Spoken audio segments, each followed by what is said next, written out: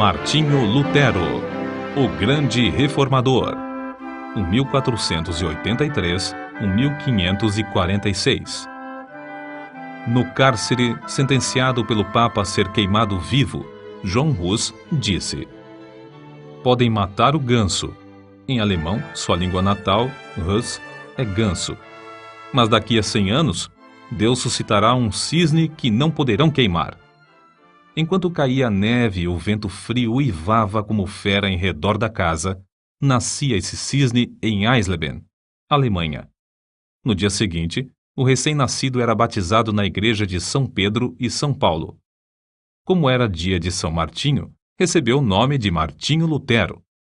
102 anos depois de João Hus expirar na fogueira, o cisne afixou na porta da igreja em Wittenberg as suas 95 teses contra as indulgências, ato que gerou a grande reforma. João Hus enganara-se em apenas 2 anos na sua predição. Para dar o valor devido à obra de Martinho Lutero, é necessário conhecer algo das trevas e confusão dos tempos em que nasceu. Calcula-se que, pelo menos, 1 milhão de albigenses foram mortos na França a fim de cumprir a ordem do Papa de que esses hereges fossem cruelmente exterminados. Wycliffe, a estrela da alva da Reforma, traduzira a Bíblia para a língua inglesa. João Hus, discípulo de Wycliffe, morrera na fogueira, na Boêmia, suplicando ao Senhor que perdoasse os seus perseguidores. Jerônimo de Praga, companheiro de Hus, e também erudito, sofrera o mesmo suplício, cantando hinos nas chamas até o último suspiro. João Essália, notável pregador de Erfurt, fora preso por ensinar que a salvação é pela graça. Seu frágil corpo fora metido entre ferros, onde morreu 4 anos antes do nascimento de Lutero. Na Itália, 15 anos depois de Lutero nascer, Savonarola, homem dedicado a Deus e fiel pregador da palavra, foi enforcado e seu corpo reduzido a cinzas, por ordem da Igreja Romana. Em tempos assim, nasceu Martinho Lutero. Como muitos dos mais célebres entre os homens, era de família pobre. Dizia ele: sou filho de camponeses. Meu pai, meu avô e meu bisavô eram verdadeiros camponeses. A isso acrescentava: há tanta razão para vangloriarmos-nos de nossa ascendência quanto há para o diabo se orgulhar da sua linhagem angélica. Para vestir, alimentar e educar seus 7 filhos, os pais de Martinho esforçavam-se incansavelmente. O pai trabalhava nas minas de cobre, a mãe, além do serviço doméstico, trazia lenha às costas da floresta. Os pais não somente se interessavam pelo desenvolvimento físico e intelectual dos filhos, mas também pelo espiritual. Quando Martinho chegou à idade de compreender, seu pai ensinou-o a ajoelhar-se ao lado da sua cama à noite e rogava a Deus que fizesse o menino lembrar-se do nome de seu Criador. Eclesiastes, capítulo 12, versículo 1. Sua mãe era sincera e devota. Ensinou seus filhos a considerar todos os monges como homens santos e a sentir todas as transgressões dos regulamentos da Igreja como transgressões das leis de Deus. Martinho aprendeu a recitar os 10 mandamentos e a oração do Pai Nosso, a respeitar a Santa Sé na distante e sagrada Roma e a olhar, tremendo, para qualquer osso ou fragmento de roupa que tivesse pertencido a algum santo. A base da sua religião formava-se mais em que Deus é um juiz vingativo do que um amigo de crianças. Mateus, capítulo 19, versículos 13 ao 15. Quando já adulto, Lutero escreveu: estremecia e tornava-me pálido ao ouvir alguém mencionar o nome de Cristo, porque fui ensinado a considerá-lo como um juiz encolerizado. Fomos ensinados que devíamos, nós mesmos, fazer propiciação por nossos pecados, que não podemos fazer compensação suficiente por nossa culpa, que é necessário recorrer aos santos dos céus e clamar a Maria para desviar de nós a ira de Cristo. O pai de Martinho, satisfeitíssimo pelos trabalhos escolares do filho, na vila onde morava, mandou-o, aos 13 anos, para a escola franciscana na cidade de Magdeburgo.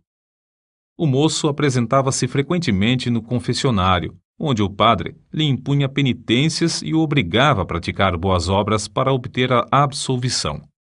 Esforçava-se incessantemente para adquirir o favor de Deus pela piedade, desejo esse que o levou mais tarde à vida em convento.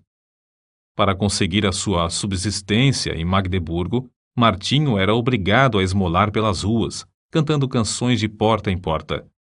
Seus pais, achando que em Eisenach passaria melhor, mandaram-no estudar nessa cidade, onde moravam parentes de sua mãe.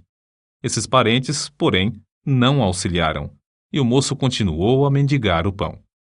Quando estava a ponto de abandonar os estudos e começar a trabalhar com as mãos, certa senhora de recursos, Dona Úrsula Cota, atraída por suas orações na igreja e comovida pela humilde maneira de receber quaisquer restos de comida nas portas das casas, acolheu-o entre a família. Pela primeira vez, Lutero experimentara fartura. Mais tarde, ele referiu-se a Eisenach como a cidade bem amada. Quando Lutero se tornou famoso, recebeu em sua casa, em Wittenberg, um dos filhos da família Cota, que cursava naquela cidade. Domiciliado na casa da sua extremosa mãe adotiva, Dona Úrsula, Martinho desenvolveu-se rapidamente, recebendo uma sólida educação.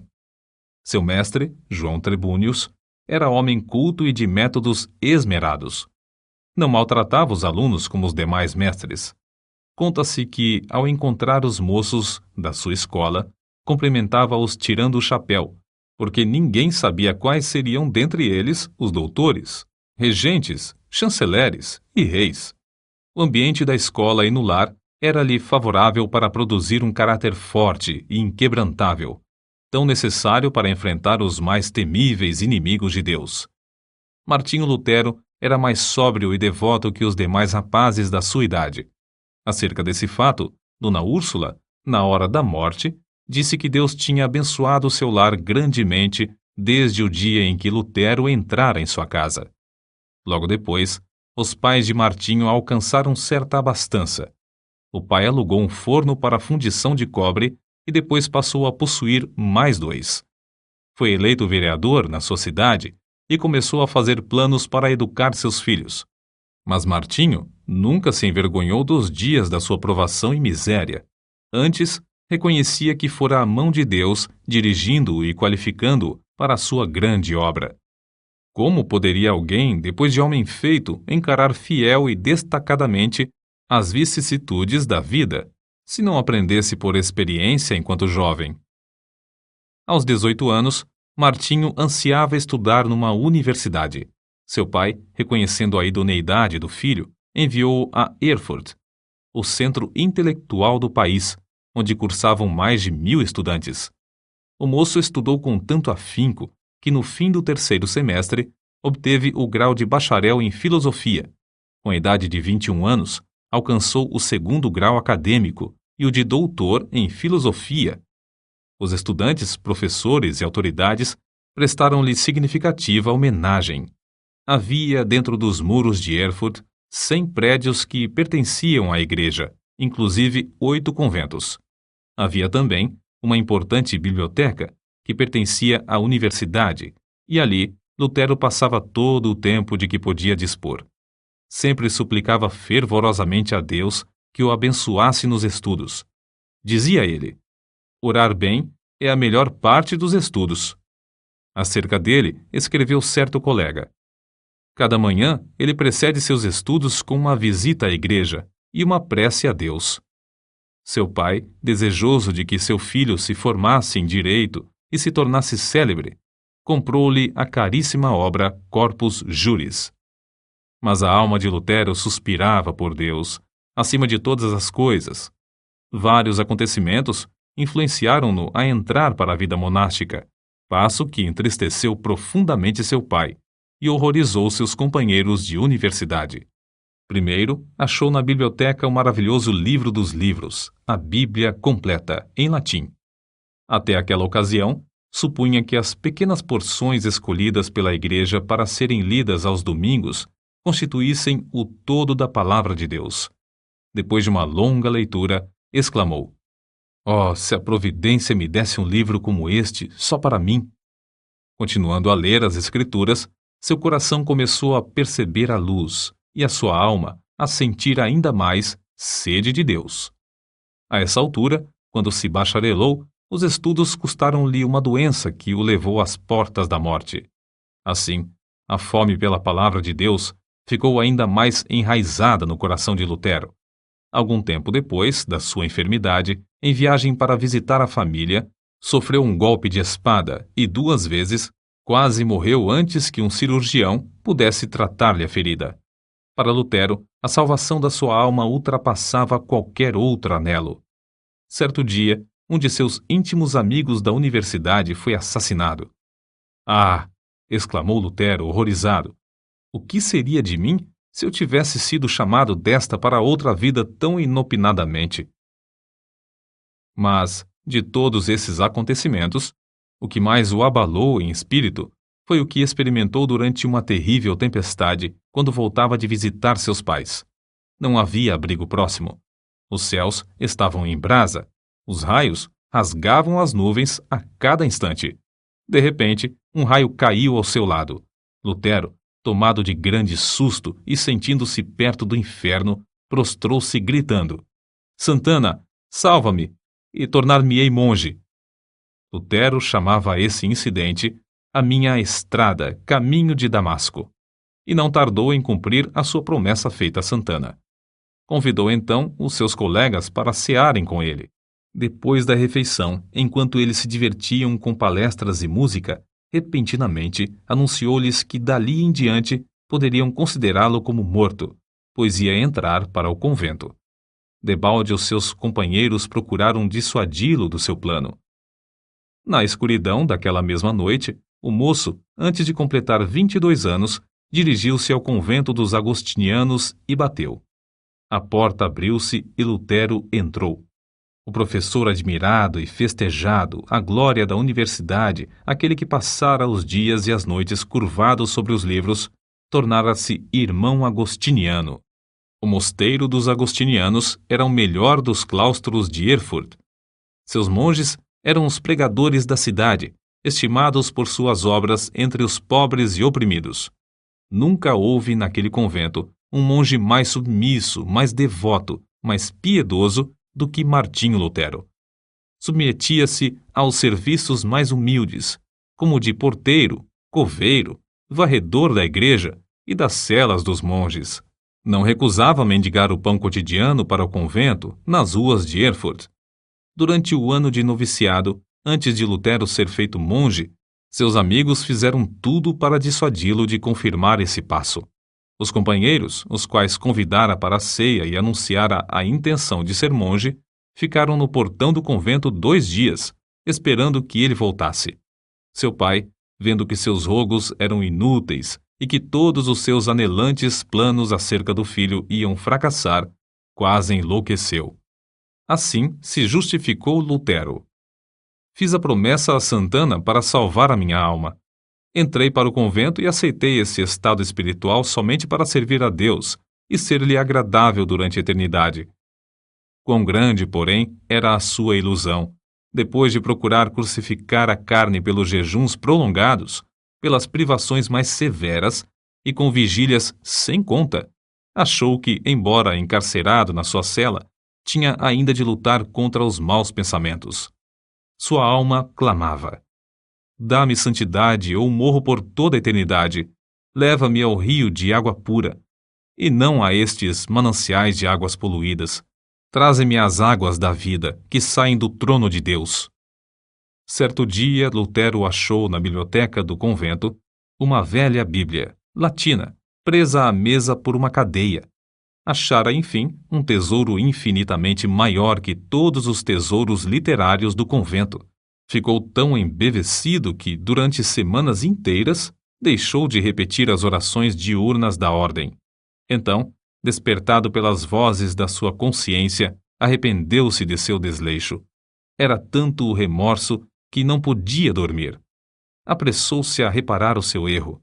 Fê-lo com tanto anseio que não se lembrava de alimentar-se. Então, enfraquecidíssimo por tantos jejuns e vigílias, sentiu-se oprimido pelas apreensões até perder os sentidos e cair por terra. Aí os outros monges o acharam, admirados novamente de sua excepcional piedade. Lutero somente voltou a si depois de um grupo de coristas o haver rodeado, cantando. A suave harmonia penetrou-lhe o coração e despertou o seu espírito. Ainda assim, lhe faltava a paz perpétua para a alma. Ainda não havia ouvido cantar o coro celestial. Glória a Deus nas alturas, paz na terra, boa vontade para com os homens. Nessa altura, o vigário-geral da ordem agostiniana, Staupitz, visitou o convento. Era homem de grande discernimento e devoção enraizada. Compreendendo logo o problema do jovem monge, ofereceu-lhe uma Bíblia na qual Lutero leu que o justo viverá da fé. Por quanto tempo tinha ele anelado! Oh, se Deus me desse um livro destes só para mim! Agora ele o possuía. Na Bíblia achou grande consolação, mas a leitura não podia completar-se em um dia. Ficou mais determinado do que nunca a alcançar paz para sua alma, na vida monástica, jejuando e passando noites a fio sem dormir. Gravemente enfermo, exclamou: os meus pecados, os meus pecados! Apesar de sua vida ter sido livre de manchas, como ele afirmava e outros testificavam, sentia sua culpa perante Deus, até que um velho monge lembrou-lhe uma palavra do credo: creio na remissão dos pecados. Viu então que Deus não somente perdoara os pecados de Daniel e de Simão Pedro, mas também os seus. Pouco tempo depois desses acontecimentos, Lutero foi ordenado padre. A primeira missa que celebrou foi um grande evento. O pai, irreconciliável desde o dia em que o filho abandonara os estudos de advocacia, assistiu à primeira missa de Lutero, vindo a cavalo de Mansfield, com uma boa oferta para o convento, acompanhado de 25 amigos. Depois de completar 25 anos de idade, Lutero foi nomeado para a cadeira de filosofia em Wittenberg, para onde se mudou a fim de viver no convento da sua ordem. Sua alma, porém, anelava pela palavra de Deus e pelo conhecimento de Cristo.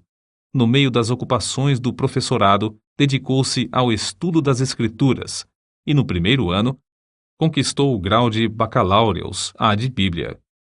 Sua alma ardia com o fogo dos céus. De todas as partes acorriam multidões para ouvir os seus discursos, os quais fluíam abundante e vivamente do seu coração, sobre as maravilhosas verdades reveladas nas Escrituras. Um dos mais afamados professores de Leipzig, conhecido como Luz do Mundo, disse: este frade há de envergonhar todos os doutores. Há de propalar uma doutrina nova e reformar toda a igreja, porque ele se baseia na palavra de Cristo, palavra à qual ninguém no mundo pode resistir e que ninguém pode refutar, mesmo atacando-a com todas as armas da filosofia. Um dos pontos iluminantes da biografia de Lutero é a sua visita a Roma. Havia surgido uma disputa renhida entre 7 conventos dos agostinianos, os quais decidiram deixar os pontos de dissidência para o Papa resolver.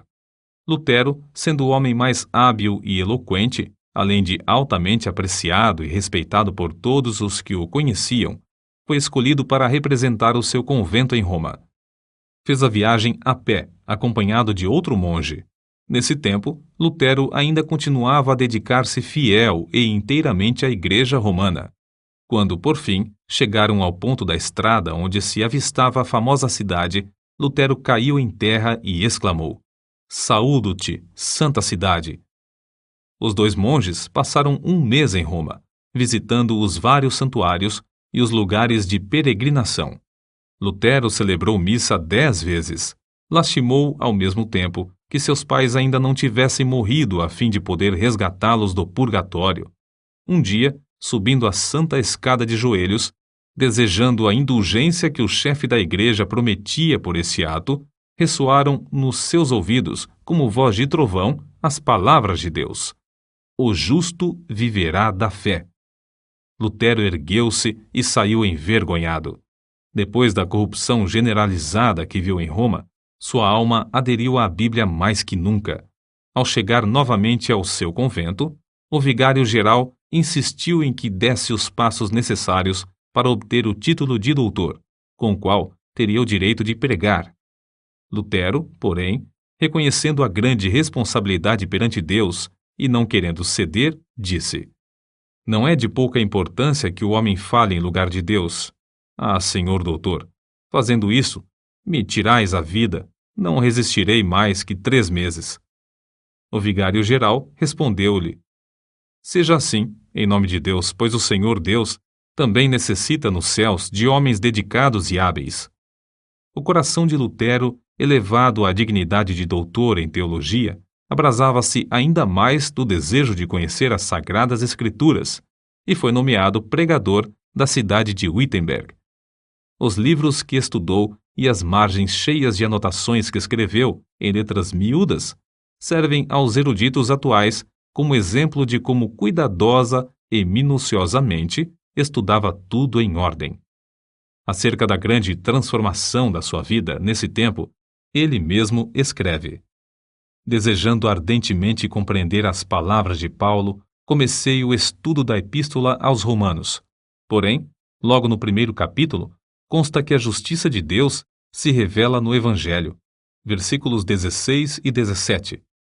Eu detestava as palavras a justiça de Deus, porque, conforme foi ensinado, eu a considerava como um atributo do Deus Santo, que o leva a castigar os pecadores. Apesar de viver irrepreensivelmente como monge, a consciência perturbada me mostrava que era pecador perante Deus. Assim, odiava a um Deus justo que castiga os pecadores. Senti-me ferido de consciência, revoltado intimamente. Contudo, voltava sempre para o mesmo versículo, porque queria saber o que Paulo ensinava. Depois de meditar sobre esse ponto durante muitos dias e noites, Deus, na sua graça, me mostrou a palavra: o justo viverá da fé. Vi então que a justiça de Deus, nesta passagem, é a justiça que o homem piedoso recebe de Deus, pela fé como dádiva. Dessa forma, a alma de Lutero saiu da escravidão. A respeito disso, ele mesmo escreveu: Então, me achei recém-nascido e no paraíso. Todas as Escrituras tinham para mim outro aspecto. Perscrutava-as para ver tudo quanto ensinam sobre a justiça de Deus. Antes, estas palavras eram-me detestáveis. Agora, as recebo com o mais intenso amor. A passagem me servia como a porta do paraíso. Depois dessa experiência, pregava diariamente. Em certas ocasiões, pregava até 3 vezes ao dia, conforme ele mesmo conta. O que o pasto é para o rebanho, a casa para o homem, o ninho para o passarinho, a penha para a cabra montês, o arroio para o peixe, a Bíblia é para as almas fiéis. A luz do Evangelho, por fim, tomara o lugar das trevas, e a alma de Lutero abrasava por conduzir os seus ouvintes ao Cordeiro de Deus, que tira todo o pecado. Lutero levou o povo a considerar a verdadeira religião, não como uma mera profissão ou sistema de doutrinas, mas como vida em Deus. A oração não era mais um exercício sem sentido, mas o contato do coração com Deus, que cuida de nós com amor indizível. Nos seus sermões, Deus revelou o seu próprio coração a milhares de ouvintes por meio do coração de Lutero. Convidado a pregar durante uma convenção dos agostinianos, não deu uma mensagem doutrinal de sabedoria humana, como se esperava, mas fez um discurso ardente contra a língua maldizente dos monges. Os agostinianos, levados pela mensagem, elegeram-no diretor sobre 11 conventos. Lutero não somente pregava a virtude, mas praticava-a, amando verdadeiramente o próximo. Nesse tempo, a peste vinda do Oriente visitou Wittenberg. Calcula-se que a 1/4 do povo da Europa, inclusive a metade da população alemã, foi ceifada pela morte. Quando professores e estudantes fugiram da cidade, instaram que Lutero fugisse também. Porém, ele respondeu: Para onde hei de fugir? O meu lugar é aqui. O dever não me permite ausentar-me do meu posto até que aquele que me mandou para aqui me chame. Não que eu deixe de temer a morte, mas espero que o Senhor me dê ânimo. Assim, ele ministrava à alma e ao corpo do próximo durante esse tempo de aflição e angústia. A fama do jovem monge espalhou-se até longe. Entretanto, sem o perceber, enquanto trabalhava incansavelmente para a igreja, já havia deixado o rumo liberal que ela seguia em doutrina e prática. Em outubro de 1517, Lutero afixou à porta da igreja do castelo, em Wittenberg, as suas 95 teses, cujo teor resume-se em que Cristo requer o arrependimento e a tristeza pelo pecado, e não a penitência. Lutero as afixou para um debate público, na porta da igreja, como era costume nesse tempo. Mas as proposições, escritas em latim, foram logo traduzidas para o alemão, holandês e espanhol. Antes de decorrido um mês, para surpresa de Lutero, já estavam na Itália fazendo estremecer os alicerces do velho edifício de Roma.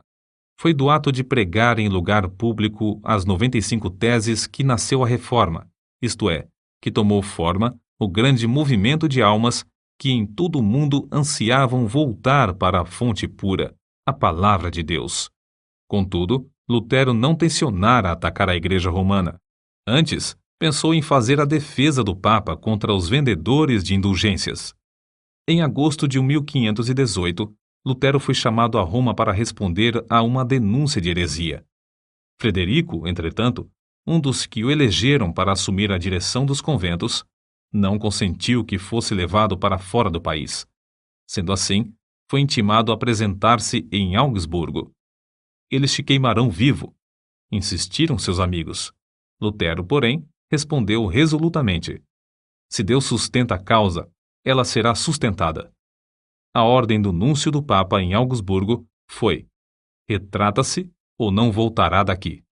Contudo, Lutero conseguiu fugir passando por uma pequena cancela no muro da cidade, na escuridão da noite. Ao chegar de novo em Wittenberg, um ano depois de afixar as teses, era o homem mais popular em toda a Alemanha. Não havia jornais nesse tempo, mas fluíam da pena de Lutero respostas a todos os seus críticos, as quais eram publicadas em folhetos. O que escreveu dessa forma, hoje seriam 100 volumes. O célebre Erasmo, da Holanda, assim escreveu a Lutero: seus livros estão despertando todo o país. Os mais eminentes da Inglaterra gostam de seus escritos. Quando a bula de excomunhão enviada pelo Papa chegou em Wittenberg, Lutero respondeu com um tratado dirigido ao Papa Leão X, exortando-o, no nome do Senhor, a que se arrependesse. A bula do Papa foi queimada fora do muro da cidade de Wittenberg, perante grande ajuntamento do povo. Assim escreveu Lutero ao vigário-geral. No momento de queimar a bula, estava tremendo e orando, mas agora estou satisfeito de ter praticado este ato enérgico. Lutero não esperou até que o Papa o excomungasse, mas deu logo o pulo da Igreja Romana para a Igreja do Deus vivo. Nesse ínterim, o imperador Carlos V, que ia convocar sua primeira dieta, Assembleia Política, na cidade de Worms, queria que Lutero comparecesse para responder pessoalmente aos seus acusadores. Os amigos de Lutero insistiam em que se recusasse a ir. Não fora John Hus entregue a Roma para ser queimado apesar da garantia de vida por parte do imperador? Mas em resposta a todos os que se esforçavam por dissuadi-lo de comparecer perante seus terríveis inimigos, Lutero, fiel à chamada de Deus, respondeu: ainda que haja em Worms tantos demônios quantas sejam as telhas nos telhados, confiando em Deus, eu aí entrarei. Depois de dar ordens acerca do trabalho, no caso de ele não voltar, partiu. Na sua viagem para Worms, o povo afluía em massa para ver o grande homem que teve coragem de desafiar a autoridade do Papa. Em Mora, pregou ao ar livre, porque as igrejas não mais comportavam as multidões que queriam ouvir seus sermões. Ao avistar as torres das igrejas de Worms, levantou-se na carroça em que viajava e cantou o hino de sua autoria, Ein feste Berg, Castelo Forte, que se tornaria o mais famoso da Reforma. Ao entrar, por fim, na cidade, estava acompanhado de uma multidão muito maior do que a que fora ao encontro de Carlos V. No dia seguinte, foi levado perante o imperador, ao lado do qual se achavam o delegado do Papa, 6 eleitores do Império, 25 duques, 8 margraves, 30 cardeais e bispos, 7 embaixadores, os deputados de 10 cidades e grande número de príncipes, condes e barões. É fácil imaginar que o reformador era um homem de grande coragem e de físico forte para enfrentar tantas feras que ansiavam despedaçar-lhe o corpo. A verdade é que passara uma grande parte da vida afastado dos homens, e mais ainda, achava-se fraco da viagem durante a qual foi necessário que um médico o atendesse. Entretanto, mostrou-se corajoso, não em sua própria força, mas no poder de Deus. Sabendo que tinha de comparecer perante uma das mais imponentes assembleias de autoridades religiosas e civis de todos os tempos, Lutero passou a noite anterior em vigília. Prostrado com o rosto em terra, lutou com Deus, chorando e suplicando. Um dos seus amigos ouviu-o orar assim: Ó Deus Todo-Poderoso, a carne é fraca, o diabo é forte. Ah, Deus, meu Deus, que perto de mim estejas contra a razão e a sabedoria do mundo. Falo, pois somente tu podes fazer. Não é a minha causa, mas sim a tua. Que tenho eu com os grandes da terra? É a tua causa, Senhor, a tua justa e eterna causa. Salva-me, ó Deus fiel, somente em ti confio. Ó Deus, meu Deus, vem, estou pronto a dar como um cordeiro a minha vida. O mundo não conseguirá prender a minha consciência, ainda que esteja cheio de demônios. E se o meu corpo tem de ser destruído, a minha alma te pertence e estará contigo eternamente. Conta-se que, no dia seguinte, na ocasião de Lutero transpor a porta para comparecer perante a Dieta, o veterano general Freudesburgo colocou a mão no ombro do reformador e disse-lhe: Pequeno monge, vais a um encontro diferente, que eu ou qualquer outro capitão jamais experimentamos, mesmo nas nossas conquistas mais ensanguentadas. Contudo, se a causa é justa e sabes que o é, avança no nome de Deus, e não temas nada. Deus não te abandonará. O grande general não sabia que Martinho Lutero vencera a batalha em oração e que entrava somente para declarar-lhes que a havia vencido de maiores inimigos.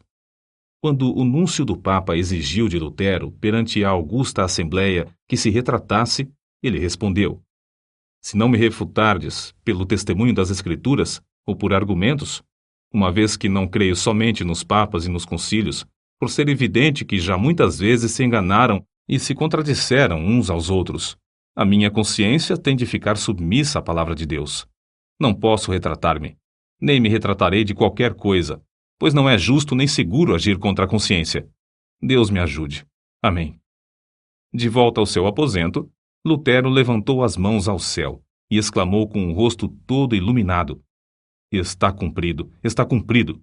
Se eu tivesse 1000 cabeças, preferiria que todas fossem decepadas antes de me retratar. A cidade de Worms, ao receber as notícias da ousada resposta de Lutero ao núncio do Papa, alvoroçou-se. As palavras do reformador foram publicadas e espalhadas entre o povo, que afluiu para honrá-lo. Apesar de os papistas não conseguirem influenciar o imperador a violar o salvo-conduto, para que pudessem queimar numa fogueira o assim chamado herege, Lutero teve de enfrentar outro grave problema. O edito de excomunhão entraria imediatamente em vigor, e Lutero, por causa dessa penalidade, era considerado criminoso. Ao findar o prazo do seu salvo-conduto, devia ser entregue ao imperador. Todos os seus livros deviam ser apreendidos e queimados, e o ato de ajudá-lo, de qualquer maneira, era também considerado crime capital. Mas para Deus é fácil cuidar dos seus filhos. Lutero, regressando a Wittenberg, foi repentinamente rodeado num bosque por um bando de cavaleiros mascarados, que depois de despedirem as pessoas que o acompanhavam, conduziram-no, alta noite, ao castelo de Wartburgo, perto de Eisenach. Isto foi um estratagema do príncipe da Saxônia para salvar Lutero dos inimigos que planejavam assassiná-lo antes de chegar à casa. No castelo, Lutero passou muitos meses disfarçado. Usou o nome de Cavaleiro Jorge e foi tido como morto. Fiéis servos de Deus oravam dia e noite pelo reformador. As palavras do pintor Alberto Dürer exprimem o sentimento do povo. Ó Deus, se Lutero fosse morto, quem agora nos exporia o Evangelho?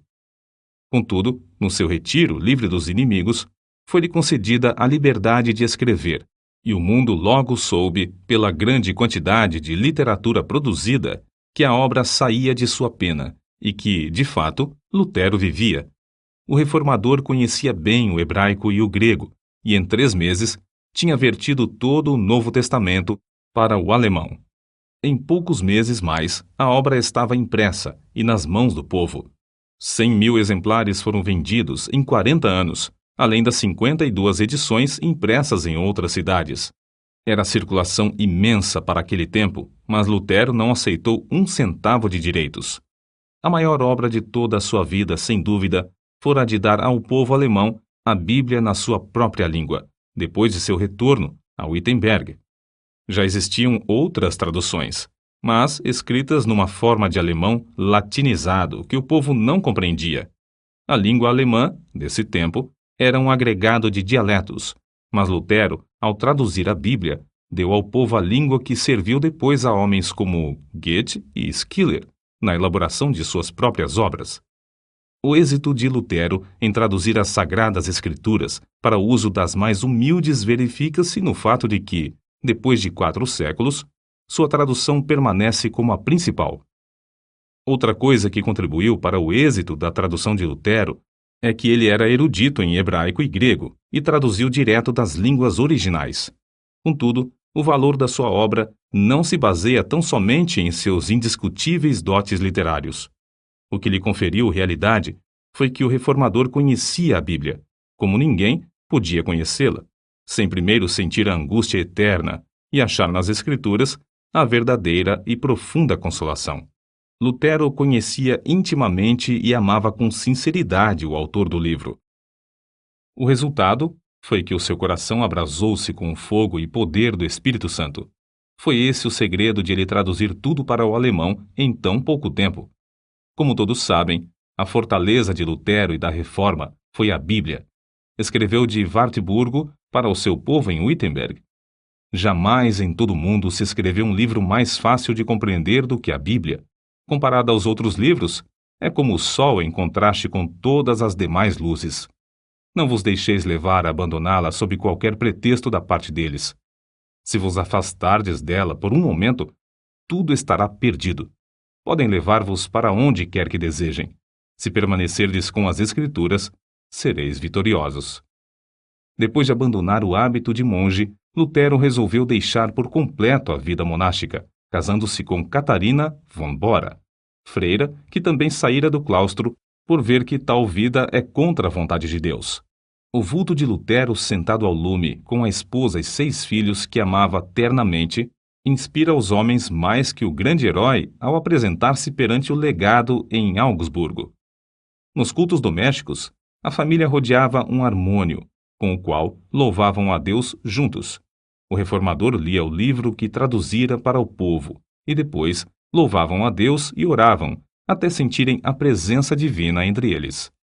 Havia entre Lutero e sua esposa profundo amor, de um para com o outro.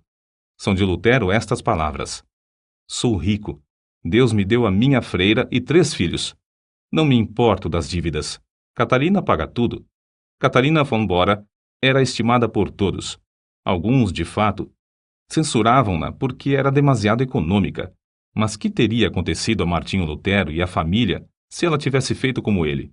Dizia-se que ele, aproveitando-se da doença dela, cedeu seu prato de comida a certo estudante que estava com fome. Não aceitava um kreuzer, moeda, dos seus alunos e recusava vender seus escritos, deixando todo o lucro para os tipógrafos. Nas suas meditações sobre as Escrituras, muitas vezes se esquecia das refeições. Ao escrever o comentário sobre o Salmo 23, passou 3 dias no quarto comendo somente pão e sal. Quando a esposa chamou um serralheiro e quebraram a fechadura, acharam-no escrevendo, mergulhado em pensamentos e esquecido de tudo em redor. É difícil concebermos a magnitude das coisas que devemos atualmente a Martinho Lutero. O grande passo que deu para que o povo ficasse livre para servir a Deus, como ele mesmo ensina, está além da nossa compreensão. Era grande músico e escreveu alguns dos hinos mais espirituais cantados atualmente. Compilou o primeiro inário e inaugurou o costume de todos os participantes dos cultos cantarem juntos. insistiu em que não somente os do sexo masculino, mas também os do feminino, fossem instruídos, tornando-se, assim, o pai das escolas públicas. Antes dele, o sermão dos cultos era de pouca importância, mas Lutero fez do sermão a parte principal do culto. Ele mesmo serviu de exemplo para acentuar esse costume. Era pregador de grande porte. Considerava-se como sendo nada, mas a mensagem saía-lhe do íntimo do coração, e o povo sentia a presença de Deus. Em Zwickau, pregou a um auditório de 25.000 pessoas na praça pública. Calcula-se que tenha escrito 180 volumes na língua materna e quase um número igual em latim. Apesar de sofrer de várias doenças, sempre se esforçava dizendo: se eu morrer na cama, será uma vergonha para o Papa. Os homens geralmente querem atribuir o grande êxito de Lutero à sua extraordinária inteligência e aos seus destacados dons. O fato é que Lutero também tinha o costume de orar horas a fio. Dizia que se não passasse 2 horas de manhã orando, receava que Satanás ganhasse a vitória sobre ele durante o dia. Certo biógrafo seu escreveu: o tempo que ele passa em oração produz o tempo para tudo o que faz. O tempo que passa com a palavra vivificante enche-lhe o coração até transbordar em sermões, correspondência e ensinamentos. Sua esposa contou que as orações de Lutero eram, às vezes, como os pedidos insistentes do seu filhinho Hanschen, confiando na bondade de seu pai. Outras vezes, eram como a luta de um gigante na angústia do combate. Sawyer, autor da História da Igreja Cristã, volume 3, página 406, atesta: Martinho Lutero profetizava, evangelizava, falava línguas e interpretava, revestido de todos os dons do Espírito. Com 62 anos de vida, pregou seu último sermão sobre a seguinte passagem: ocultaste estas coisas aos sábios instruídos e as revelaste aos pequeninos. No mesmo dia, escreveu para a sua querida Catarina: lança o teu cuidado sobre o Senhor, e ele te susterá. Amém. Essas palavras constam da última carta que escreveu. Vivia sempre esperando que o Papa conseguisse executar a repetida ameaça de queimá-lo vivo. Contudo, não era essa a vontade de Deus. Cristo o chamou enquanto sofria de um ataque do coração em Eisleben, cidade onde nascera. São estas as últimas palavras de Lutero: vou render o espírito. Então, louvou a Deus em alta voz: ó meu Pai Celeste, meu Deus, meu Pai de nosso Senhor Jesus Cristo, em quem creio e a quem preguei e confessei, amei e louvei. Ó meu querido Senhor Jesus Cristo, encomendo-te a minha pobre alma. Ó meu Pai Celeste, em breve tenho de deixar este corpo, mas sei que ficarei eternamente contigo e que ninguém me pode arrebatar das tuas mãos. Então, depois de recitar João, capítulo 3, versículo 16, 3 vezes, repetiu as palavras: Pai, em tuas mãos entrego meu espírito, pois tu me resgataste, Deus fiel. Assim, fechou os olhos e adormeceu. Um imenso cortejo de crentes que o amavam ardentemente, com 50 cavaleiros à frente, saiu de Eisleben para Wittenberg. Passando pela porta da cidade onde o reformador queimara a bula de excomunhão, entrou pelas portas da igreja onde, há 29 anos, afixara suas 95 teses. No culto fúnebre, Bugenhagen, o pastor, e Melanchthon, inseparável companheiro de Lutero, discursaram. Depois, abriram a sepultura, preparada ao lado do púlpito, e ali depositaram o corpo. 14 anos depois, o corpo de Melanchthon achou descanso no outro lado do púlpito. Em redor dos dois, jazem os restos mortais de mais de 90 mestres da universidade. As portas da igreja do castelo, destruídas pelo fogo no bombardeio de Wittenberg em 1760, foram substituídas por portas de bronze em 1812, nas quais estão gravadas as 95 teses. Contudo, este homem que perseverou em oração deixou gravadas, não no metal que perece, mas em centenas de milhões de almas imortais, a palavra de Deus, que dará fruto para toda a eternidade. Nota: os albigenses são considerados os heréticos de maior importância dentro da Igreja Católica durante a Idade Média. Devem seu nome à cidade de Albi, na França. O Papa Inocêncio III lançou a Cruzada Albigense, 1209 ao 1229, que reprimiu seus seguidores de forma brutal. Só pequenos grupos sobreviveram e, mesmo assim, logo foram perseguidos pela Inquisição, até fins do século XIV.